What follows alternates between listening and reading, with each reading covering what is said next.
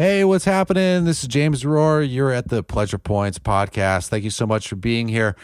For those of you who are new, I am an acupuncturist and a love coach. I help people get back into a state of flow in all areas of their lives so that they can create the life that they want.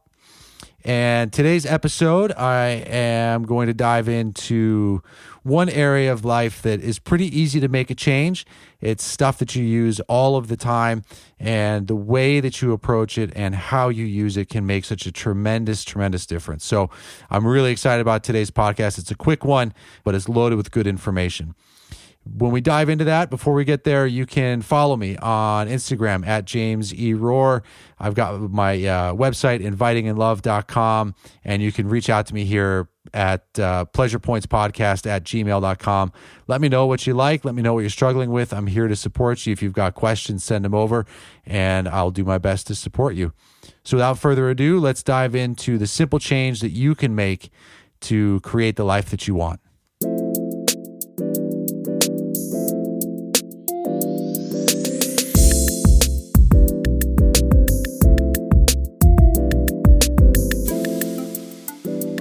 All right, so this week I want to talk to you about words and the language that we use, because anyone who's worked with me, who's either coached with me or been in my acupuncture practice, knows that I'm obsessed with flow, that the whole point of everything, all of this internal work that we do, is to get to a state of flow, of greater harmony.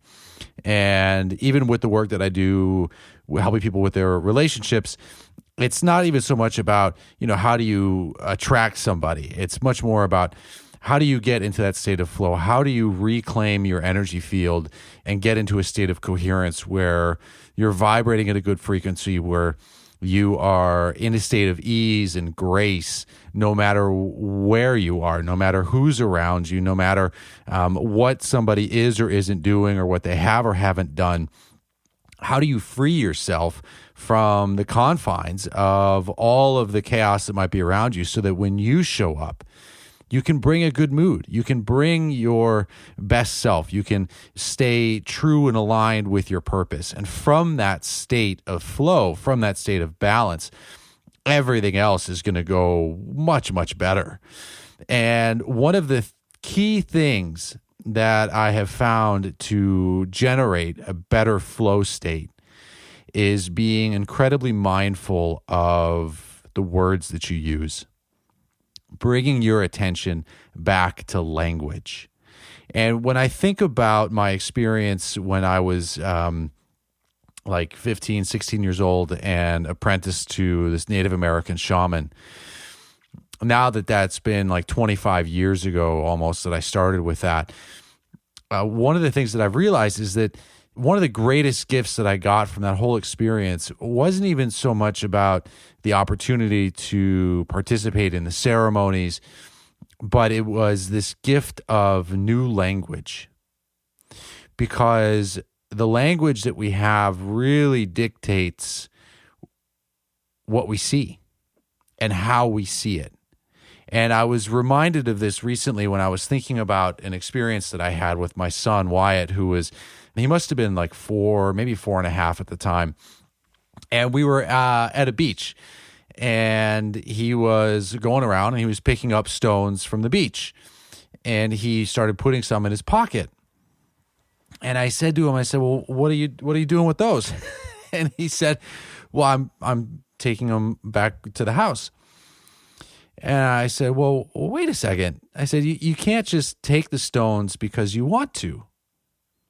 And I found myself starting this conversation with him where I said, the stones are our grandfathers, and we have to respect them as elders. And I said, if you want to bring the stone back to the house, you have to ask the grandfather for permission. You have to ask the stone if it wants to go with you.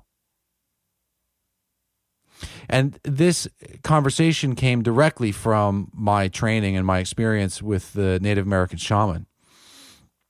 And what it did was giving this new language of seeing the stones and the trees and the bees and the flowers and everything in the natural environment changing the language from how it was when I was growing up, where you're just like, it's the tree or the stone, right? Where English language creates a dynamic where really it's just that much easier to destroy the planet or like to assert your will, because you're like, well, I'm just taking the stone, I'm just moving the tree. It becomes this inanimate object that's really just kind of there to serve or be at the mercy of whoever is strong enough or has the dexterity to manipulate it. But in working with the Native American shaman, introducing this language of everything around us as being grandmothers, grandfathers, brothers, sisters, cousins, referring to the natural world as our relatives, all of a sudden it changes the entire interaction with it. And certainly, just coming off of Earth Day recently, it's way more difficult to abuse the natural world or to keep your kind of head down and be oblivious if you are treating and moving through and respecting everything as a relative. And when you start to begin to see the natural world as having its own energy that might speak to you or that deserves to be respected and cared for as a living entity, then a whole host of different interactions in a different flow state can happen, where the stone might speak to you or the trees might speak to you. There might actually be able to have a conversation there to be had. And whether or not the trees or the stones have these spirits, that's kind of a different conversation. It's an interesting one. But having just the respect and the humility to treat everything as a relative was such a powerful gift to me, this shift in perspective. It took the kind of hierarchical world that I grew up with a father climbing the corporate ladder, and I would do all the right things, and you get straight A's, you take the AP classes, you go to the good school, and you're just like ascending this ladder that seems to never end, to get higher and higher and higher, where it kind of built into that is, you're better than the person that's below you. And it's a very kind of egotistical model. It's where there's this desire to gather a bunch of power and wealth and whatever. And shifting the language, seeing everything as relatives, it kind of took this vertical world and made it horizontal. And so much of that is based on the language. The natural world isn't just something to be picked up and taken and carried away, without any sort of conversation that's there. And this, also reminds me of a story that I had. I don't know if I've told it here on the podcast before, but when I was 15, I started, one day I heard the trees talking to me, and they said, hey, we want you to come in here and clean us out. We want you to clean out the woods that are here. And I was like, yeah, okay, fine, cool. I'll go ahead and do that. And so I go out there and I'm cleaning up the woods. Yeah, I didn't even think for a second that the trees wouldn't talk to me. I was just like, well, of course they're talking to me. And so I'm in there and I'm like cleaning up the garbage.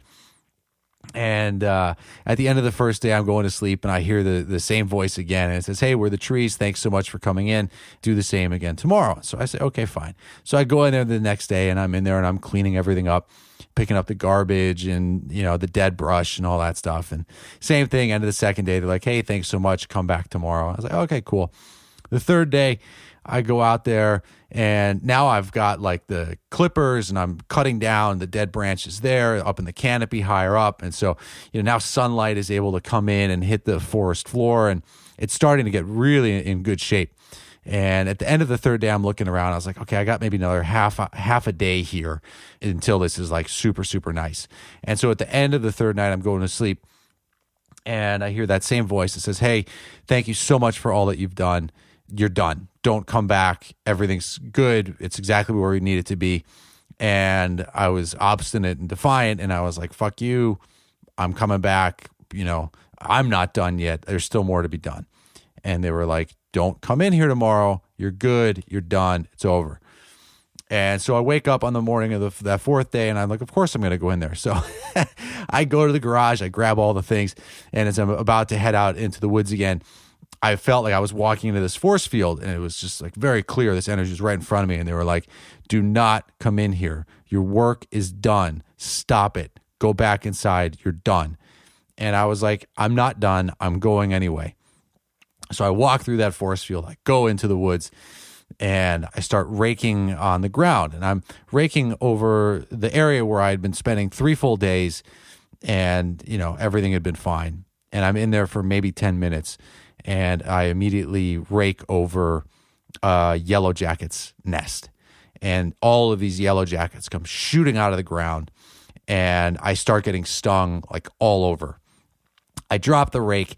I'm running out of the woods there. It feels like I'm in slow motion. I just can continue to get stung all over, like my right knee, my left leg got stung. And I finally make it back into the house, and I go in, I get a bunch of ice. And fortunately, I wasn't allergic or anything. It was just a lot of pain. And as I'm sitting there icing my knee, I heard that voice again. And it was like, well, yeah, we told you.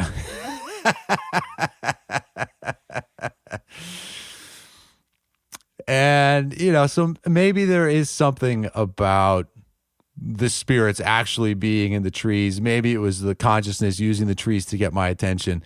But after that experience, I quickly believe that, maybe there's more to it than this. Maybe there's a little bit more going on. Anyway, so getting back to some of the language. The language that you use is going to shape your worldview. And so for me, fortunately, I didn't think that the trees couldn't talk to me. But if you think that the trees are just an inanimate object that has no real life force, that has no ability to communicate, then you will never have an experience of the trees talking to you. And so if you're looking to have a life that's more in flow, you could do a lot of good by paying attention to the language that you use. Remembering that our voice is an amplifier. So in the realm of kind of manifestation, what you speak about is going to amplify what it is that you see and what it is that you generate. So if you keep talking about your ex, if you keep talking about your past, if you keep talking about what's not going well, then don't be surprised when you get more of that. When I used to be really sick, one of the big changes that I made was that instead of talking about how sick I was, I started talking about how good I felt. And I would say it to myself over and over again, even if I was, shitting a bunch of blood or, having some pain or feeling wicked fatigue or full of anxiety of, am I not going to be able to make it to a bathroom and, packing my backpack full of changes of clothes for the day just in case there was an accident. I started affirming to myself all of the good things. I started speaking about what was going well. If I had an hour where I didn't go to the bathroom, or if I had a couple of hours where I felt good, I would talk about that. I would focus on that. And even if I did have a rough morning, I would focus on those moments that were good, and I would speak about them to myself. And then if I was just talking out loud, I would talk about how good I felt. And this is like, it turns out to be this kind of radical defiance when we start speaking of things, even though there isn't the obvious data around it to support that. And this can be oftentimes, when I've seen with my clients, the big kind of cognitive leap to be made. How can you talk about being abundant or wealthy when you're broke? Well, how does continuing to talk about being broke help you? Right? It's not going to get there. You're not creating a reality where that abundance can flow. Right. And so, yeah, if you want to be totally true and honest with the data that you have at hand, you can feel free to talk about how sick you are. You can talk about how difficult the relationship life has been. But if you're actively looking to create a different future, to create a different possibility for yourself where you might be in flow, then speaking of these changes, speaking of the things that you've wanted as if they're happening, is a great way to create that momentum and to shift what becomes familiar. Because as I started speaking about being in good health, I started to reprogram myself. I started to allow for there to be even more experience of me actually being in good health. So one of the ways that there's a great 3 words or a couple of words that can be helpful if you are trying to break free from some of these things from the past. And that's to start using the words used to in your language. I used to be sick. I used to be broke. I used to have anxiety. Start speaking of that future that you want by putting these patterns that no longer serve you in the past. I used to be that way. Even if those symptoms are still very, very active. And at some point, you start to use your words like a spell. Even I think in the Bible, when they talk about how the world was created, right? God spoke it into being. And so the words that we use become the foundation of how we see everything around us. And it can show up in really subtle ways. I'm reminded when I think about this of when I used to be doing acupuncture in a training room, and I was working with a bunch of professional athletes, and I noticed something that they said that was very, very different than anything that I had ever said before. And it was such a subtle shift, and yet it struck me and it made such a profound difference. And what I noticed was that after I gave them acupuncture, they would say, I appreciate you. And I kept hearing it in that locker room, in the training room. They'd be like, I appreciate you, appreciate you, appreciate you. And it struck me because I had never said that. What I would say if I was using the word appreciate it, I'd be like, oh, I appreciate it. So I used to honor or recognize what was being done, right? The service or the gesture, that act of kindness. And I would say, oh, I appreciate it, like the act of service. And their difference of language, I appreciate you. It wasn't about the act of service. They were appreciating the person who was doing the service, who was doing the thing. And it's a difference of hearing something that kind of resonates in the heart versus becoming, a less emotional, thank you for the transaction, instead of thank you for being you. I appreciate you. I appreciate all that has gone into, us being together and the training that I went through in order to be able to provide that good service. And so if you're frustrated in your life, if you're not getting the outcomes that you want, spend some time thinking about and noticing, what are you speaking about? What is the language that you're using? And if you're not using language that's getting you the outcome that you want, it's time to get a different language. And you might even have to look to other religions, other cultures, other traditions to get a language that serves you better. For me, I continue to be so thankful for the opportunities that I've had to connect with some of the Native American traditions, because I find that their worldview is just so much more helpful to remind me that I'm in a giant cosmic web. And Chinese medicine and the language that they use, we're talking about qi and energy flow and context in the environment, is very similar. Looking at how our interactions together on the planet and the interactions that you have with your people and even inside of yourself make such a big difference. And it changes the energy from feeling like I'm at the mercy of everything that's happening around me to what is it that I can offer these other living beings, these spirits, the things that are visible and invisible, so that I might create an environment where I can continue to thrive and to flow, and that those around me, those that I can connect with, might also be able to do that. And if you're in the loop of using language that dehumanizes people or yourself, or that keeps you locked in the past, or that's very limiting, it's going to be hard to bring a good mood. It's hard to get back into that flow state. And so, meditation is great. Mindfulness is great. All of these things are great. But if the change that you make this week is being crystal clear with your language and speaking of the world that you want to be in, then do that. Make that change. If you want to have that possibility to hear the trees or to hear the leaves or to hear the plants speak to you or to hear the stones talk to you, then start using language and how you view them as entities, as spirits that might be able to actually communicate with you. Because if you're hoping to have an inanimate object communicate with you, that's going to be a lot more difficult. I suppose anything's possible. I mean, I had that bar of soap story with the nuns, which was crazy. All right, so it's possible that the inanimate thing, but even there, it's like I still had some idea that, the energy that goes into things, this chi, this life force, has an ability to express itself in a way that we can feel if we're sensitive enough. But looking at the natural world in terms of grandmothers and grandfathers is very helpful if you are looking to communicate and to be sensitive to your environment so that you can be in a flow state and in greater harmony internally and externally. There's a tremendous book, if this conversation of the grandmothers and grandfathers is something that interests you. It's called Braiding Sweetgrass. I forget who the author is. Is really beautifully written, and she gets into all sorts of things.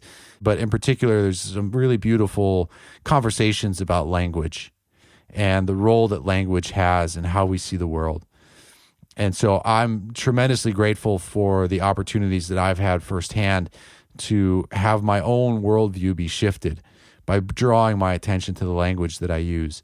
And Braiding Sweetgrass might be an interesting resource if you're looking for a good book to read.